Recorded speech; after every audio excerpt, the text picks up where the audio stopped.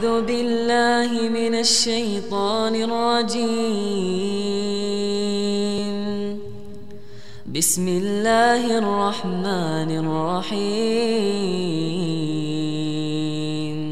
Apakah hanya dengan sedekah saja segala kesulitan kita akan sedikit berkurang?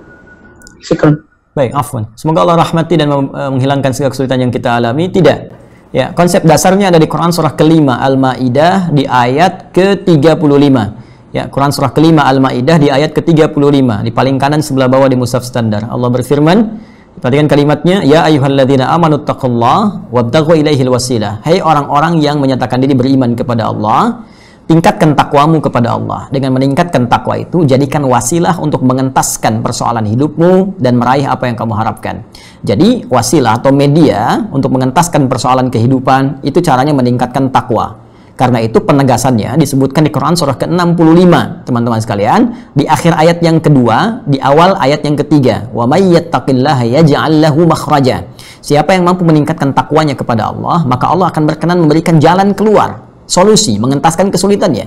Wa yarzuqhu min haitsu la yahtasib, bahkan memberikan rezeki dari sisi yang tidak dia duga. Bahkan seterusnya, yaj'allahu min amrihi yusra, menjadikan hidupnya menjadi lebih mudah, nyaman, hilang sulitnya. Yusra lawannya usra. Ketika yusra muncul, usranya hilang, kan?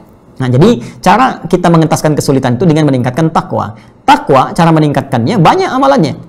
Ya, kita ambil misalnya kaidah takwa. Takwa itu setidaknya ada 115 kali paparan dalam Al-Qur'an.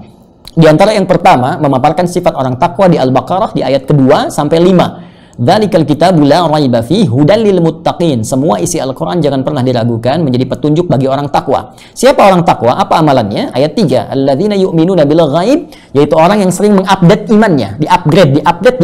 Dia tingkatkan terus. Bagaimana caranya? Wa yuqimunas shalah. Dia tingkatkan salatnya.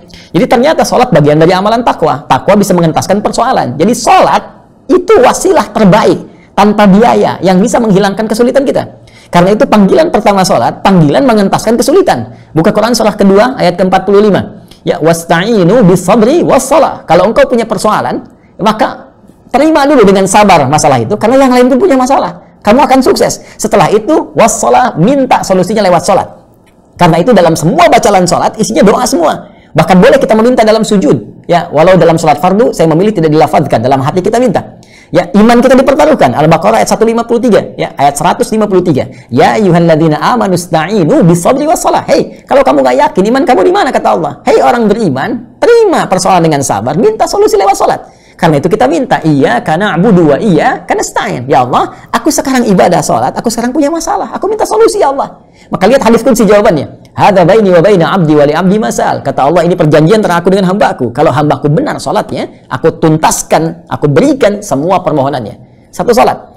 Dan salatnya bentuknya jama' di situ, teman-teman sekalian. Ya, bentuk mufrad yang bermakna jama'. Wa yuqimunas shalah. Alif lam shad lam wawu ta marbutah. Ya. Ya, kalau bentuknya jama' dalam konteks luas artinya bukan fardu saja. Mulai tahajudnya kerjakan. Konsisten tahajud, teman-teman. Itu Allah berjanji, dengan Anda menunaikan tahajud diberikan 4 hal. Salah satunya dientaskan dari segala kesulitan. Ya, Quran surah ke-17 ayat 79 sampai 81. Wa minal laili fatahajjad bihi nafilatan laka, ya, asa ayyab'atsaka rabbuka maqaman mahmuda. Allah angkat nanti karir Anda.